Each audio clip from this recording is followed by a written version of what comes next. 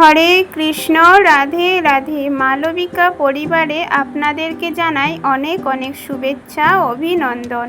আজকের আলোচ্য বিষয়টি হচ্ছে ফাল্গুন মাসে ব্রতকথা। শ্রোতা বন্ধুরা, আপনারা ফাল্গুন মাসে ব্রতকথাটি প্রথম থেকে শেষ পর্যন্ত মনোযোগ সহকারে শ্রবণ করুন, আপনাদের অনেক ভালো লাগবে। তাহলে চলুন শুরু করা যাক ফাল্গুন মাসে ব্রতকথা। নির্জন এক গ্রামে নদী আর শালবনের মাঝখানে ছিল এক ভগ্নপ্রায় কুটির। সেই কুটিরেই বাস করত হরিহর নামে এক দরিদ্র ব্রাহ্মণ। জন্মসূত্রেও তিনি ব্রাহ্মণ হলেও ভাগ্যের নিষ্ঠুর পরিহাসে তার জীবনে ছিল না সচ্ছলতার কোনো চিহ্ন।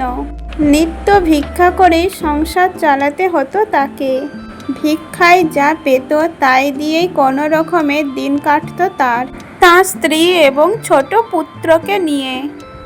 কুটিরটির ছাউনি ভাঙা, দেয়ালের ফাটল, বর্ষাকালে জল পড়ে, শীতকালে হিমের হাওয়া ঢুকে পড়ে, তবু কুটিরটি ছিল তাদের একমাত্র আশ্রয়। হরিহরের দিন কাটত আশঙ্কা অনাহারের মধ্যে।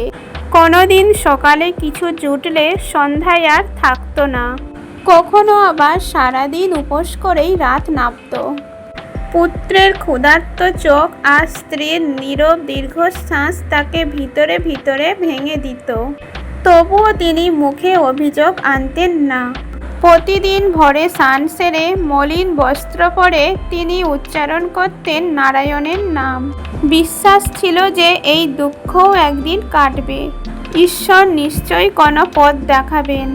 দিনের পর দিন এভাবেই কেটে যাচ্ছিল। দারিদ্রতা যেন তার পিছু ছাড়তেই চায় না। একদিন ভিক্ষা করতে করতে গ্রামের গণ্ডি ছাড়িয়ে অনেক দূর চলে গেলেন তিনি। মনে আশা ছিল হয়তো দূর গ্রামে গেলে বেশি কিছু ভিক্ষা পেতে পারি, কিন্তু সেদিন যেন ভাগ্য সম্পূর্ণভাবে তার বিপরীতে দাঁড়িয়েছিল। সারাদিন ঘুরে এক মুঠো চাল বা এক টুকরো রুটিও জুটল না। সূর্য তখন পশ্চিম আকাশে ঢলে পড়েছে। শরীর দুর্বল, মন বিষণ্ণ। তখনই হরিহরের মনে গভীর হতাশা জন্মালো। তিনি নিজের কপালে হাত দিয়ে আঘাত করে বললেন, হায় বিধাতা, এতটাই কি অভাগা আমি যে স্ত্রী পুত্রের মুখে অন্ন তুলে দিতে পারি না। চোখ দিয়ে অশ্রু গড়িয়ে পড়ছিল, পা যেন এগাতে চাইছিল না। পথের ধারে এক বিশাল বটগাছের নিচে বসে পড়লেন তিনি। চারিদিক নীরব, বাতাসে শুধু পাতার মর্মর।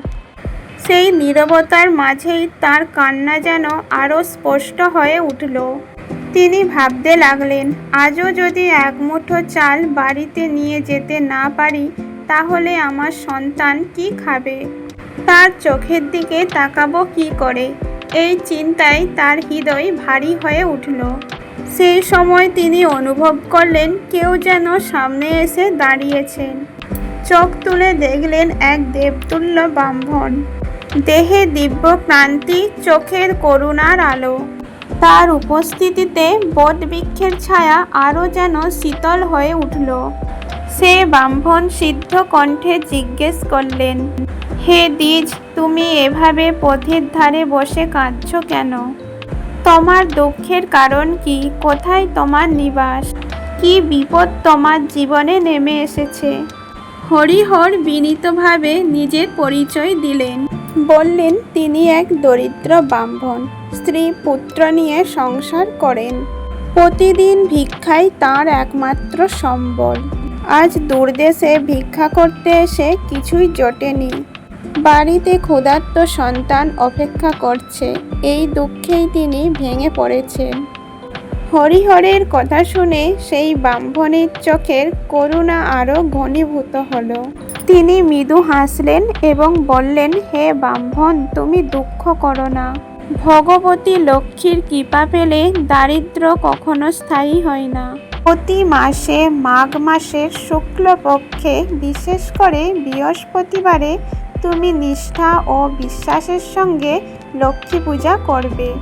অভাবের মধ্যেও যদি ভক্তি থাকে তবেই দেবী প্রসন্ন হন। তাঁর কৃপায় তোমার দুঃখ দূর হবে। এই কথা বলেই সেই দেবতুল্য ব্রাহ্মণ অদৃশ্য হয়ে গেলেন।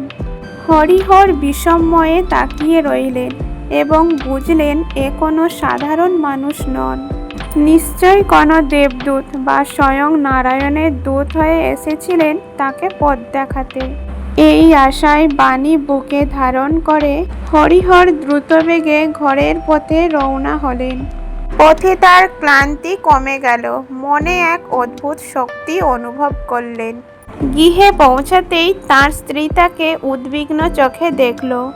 হরিহর ধীরে ধীরে তার স্ত্রীকে সব কথা বললেন। দেবল ব্রাহ্মণের কথা, লক্ষ্মী পূজার বিধান সবই খুলে বললেন। হরিহরের স্ত্রী ছিলেন সাধ্বী ও সহনশীলা। স্বামীর কথা শুনে তাঁর চোখে জল এলো, তবে সেই জলে হতাশ নয়, বিশ্বাস ছিল। তিনি বললেন, যদি মায়ের কৃপায় আমাদের দুঃখ ঘোচে তবে আমরা অবশ্যই পূজা করব। কিন্তু ঘরে তো কিছুই নেই। তখন তিনি প্রতিবেশীদের ঘরে গেলেন। ফুল ফল, সামান্য চাল, একটি প্রদীপ। কেউ বেশি কেউ কম, কিন্তু তাকে কেউ ফিরিয়ে দিল না। সেদিন যেন দেবীর অদৃশ্য কৃপায় সবার মনে দয়া জেগে উঠেছিল। মাঘ মাসের শুক্লপক্ষে সেই বৃহস্পতিবারেই ভগ্ন কুটিরের মধ্যেই তারা নিষ্ঠার সঙ্গে লক্ষ্মী পূজা করলেন। কোনো আড়ম্বর ছিল না, ছিল না স্বর্ণ বা রূপা, কিন্তু ছিল অগাধ ভক্তি। হরিহর ও তার স্ত্রী মন দিয়ে দেবী স্তব করলেন। তাদের চোখে জল, কণ্ঠে প্রার্থনা। বললেন, হে মাতা, আমরা অধম দিন, আমাদের এই দুঃখ দূর করো। পূজার শেষে তাদের মনে এক অদ্ভুত শান্তি নেমে এলো, যেন দীর্ঘদিনের বোঝা হালকা হয়ে গেল। সেই রাতেই এক অলৌকিক স্বপ্ন দেখলেন হরিহর। স্বপ্নে দেখলেন দেবী লক্ষ্মী স্বয়ং কুটিরে এসে আশীর্বাদ করছেন। বললেন, দারিদ্র তোমার পরীক্ষা ছিল, এখন থেকে আর অভাব জানবে না। পরদিন ভোর থেকেই পরিবর্তন শুরু হলো। গ্রামবাসীরা তাকে সম্মান করতে লাগলো। কেউ কাজের সুযোগ দিল, কেউ দান করলো। ধীরে ধীরে হরিহরের সংসারে সচ্ছলতা ফিরল। তার কুটির আর ভাঙা রইল না। সন্তান আহার পেল, বিদ্যা লাভ করল। হরিহর প্রতি মাসে নিয়ম করে লক্ষ্মী পূজা করতে লাগলেন। তার সুখ দেখে অন্যরাও সেই পূজা বিধান মানতে শুরু করল। এইভাবেই হরিহরের মাধ্যমে মাঘ মাসের লক্ষ্মী পূজা প্রচলন হলো। গ্রাম থেকে গ্রামান্তরে এই পূজার মাহাত্ম্য ছড়িয়ে পড়ল। মানুষ বিশ্বাস করতে লাগলো ভক্তি ও নিষ্ঠাই একমাত্র আসল সম্পদ। জীবনের শেষে হরিহর ও তার স্ত্রী ভগবতীর কৃপায় বৈকুণ্ঠ ধাম স্থান পেলেন। আজও বলা হয়, যে ব্যক্তি বিশ্বাস ও ভক্তি নিয়ে মাঘ মাসে লক্ষ্মী পূজা করে দেবীর কৃপায় তার দুঃখ দূর হয়। এই কাহিনী শুধু এক দরিদ্র ব্রাহ্মণের নয়, এটি মানব জীবনের আশার প্রদীপ জ্বালানোর এক চিরন্তন পৌরাণিক শিক্ষা। জয় মা লক্ষ্মী। আজকের ব্রত কথাটি এখানেই শেষ হলো। ভিডিওটি যদি আপনাদের ভালো লেগে থাকে অবশ্যই একটি লাইক করে দেবেন এবং কমেন্টে জয় মা লক্ষ্মী লিখে যাবেন, এবং ভালো লাগলে বন্ধু আপনজনদের সাথে শেয়ার করবেন। আর চ্যানেলে যদি নতুন বন্ধু হয়ে থাকেন চ্যানেলটি সাবস্ক্রাইব করে পাশে থাকা বেল আইকনটি প্রেস করে রাখবেন, যাতে সকল ভিডিওর নোটিফিকেশান আপনারা খুব সহজেই পেয়ে যাবেন। তার সঙ্গে সকলেই ভালো থাকবেন, সুস্থ থাকবেন।